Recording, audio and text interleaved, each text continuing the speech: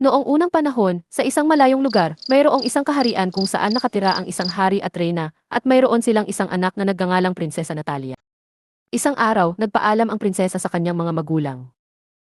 Ama, maaari po bang akong maglaro sa labas ng palasyo upang makalanghap din po ako ng sariwang hangin? Anak, hindi ka maaaring lumabas sapagkat mapanganib sa labas ng palasyo. Manatili ka na lang sa loob. Kaya naman pumasok ang prinsesa sa kanyang kwarto at humiga hanggang sa siya ay nakatulog. Nang magising siya sa umaga, bumangon siya mula sa kanyang kama at lumabas patungo sa hardin. Nakatayo lang siya roon at tinitingnan ang mga halaman hanggang sa may nakita siyang paru-parong lumilipad. Sinundan niya ito hanggang sa hindi na niya napagtanto na malayo na pala siya sa palasyo.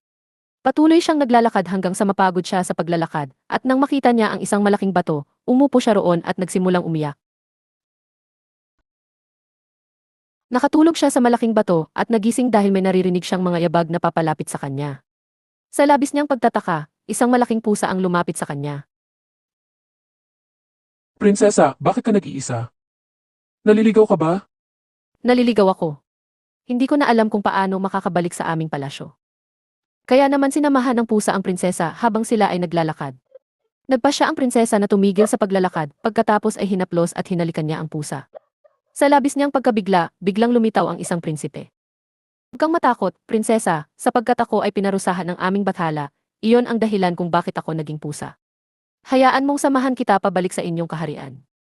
Kaya naman muling naglakad ang dalawa hanggang sa nakarating sila sa kaharian, pagkatapos ay pumasok sila.